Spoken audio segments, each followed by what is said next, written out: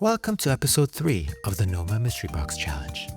If you're new here, we got a mystery box from Noma. Bitch, look around. This ain't Noma. And Chef Phil's been improvising dishes with a fine dining twist right here in our home kitchen.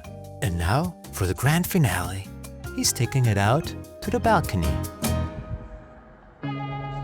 Okay, so for the truffle à la crème, I decided to make a vegetable-based dish. Something really like nice and roasty and smoky would go with it. We did a roasted leek, which basically means that we take really nice big fat leeks. The fatter the better basically, because you have more room to cook them nicely. And then you trim them, you wash them, you oil them, you salt them generously, and you put them on a grill at medium temperature. And you cook them from all sides until they're really black and charred on the outside, which is totally fine. The outer layer is going to protect the leek.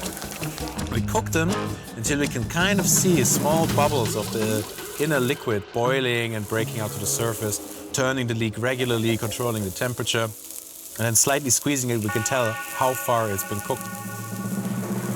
We want to grill the leek until it is soft, but with a little bit of crunch still, a tiny, tiny bit of bite and texture. It's going to make it really nice. So then, once we get to that stage, really important is that we take the leek off, we wrap it, and we let it rest, just like we would a piece of meat rest that we take off the grill. What's going to happen is that all these juices that are boiling inside of the leek, they're going to be circulating around the leek, and then they're going to settle back into the flesh, which means it will be super, super juicy. After letting the leek rest for about 10 minutes, we just carefully cut it open because the outside layer is so beautiful. We wanted to serve it in the layer. So we just kind of opened it, took the tender heart out, cut it into small portions, put it back. Dressed it with a nice little herb salad, which had a whole sort of garden cress and fresh oregano, which gave it a really nice punch. A little bit of sea salt, and then we just dressed it very generously with the truffle à la crème. And yeah, there you go. A super, super nice, completely vegetarian, I think even completely vegan. I think the truffle sauce is completely vegan. Completely vegan, super nice, roasty, summer vegetable barbecue dish. So the important thing is that you control the cooking of the leek really nicely. You don't have to be scared to overchar the outside. It doesn't matter, it makes the leek a little bit smoky also. It's very nice.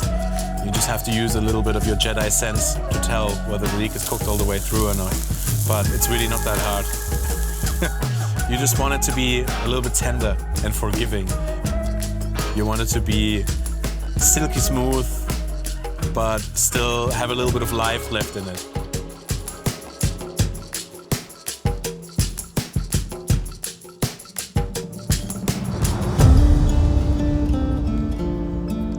For the hazelnut and berry praline,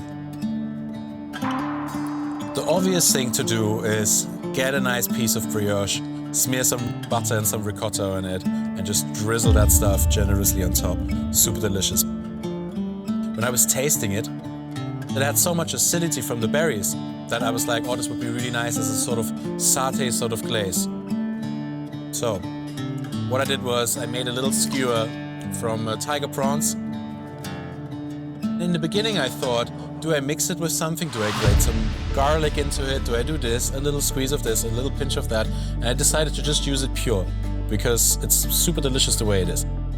Brush it onto the skewer, cook it over charcoal at relatively high heat, and it'll caramelize and bubble up and sort of glaze over the prawns, giving it this little extra roastiness, smokiness, with this nice acidity coming through from the berries.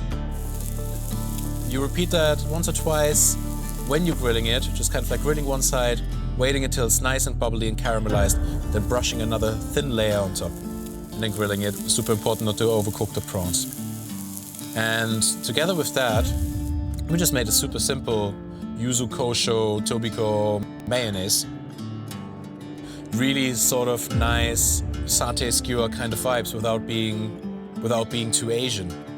It was perfect for the sweet prawns, lightly smoky, lightly salty, really complex and interesting with the aroma mix between the hazelnuts and the berries.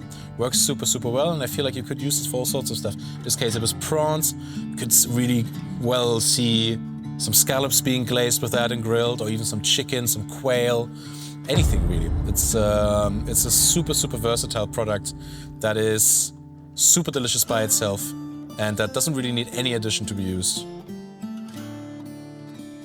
Yeah, that was really fun. That was a cool little challenge. It's you don't really know what you get. You open the box, you try the stuff for the first time. It's not box standard stuff, so you don't really know what it's gonna taste like. But I think a couple really cool things came out of it.